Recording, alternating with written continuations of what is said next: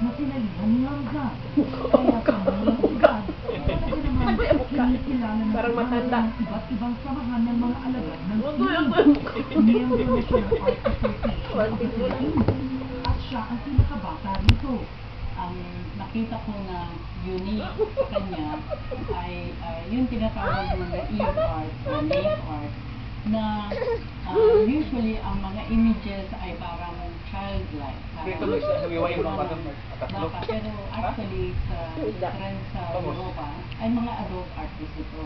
Pero ito ay very Galit si baby. Tingnan mo yung tsura ni baby mo.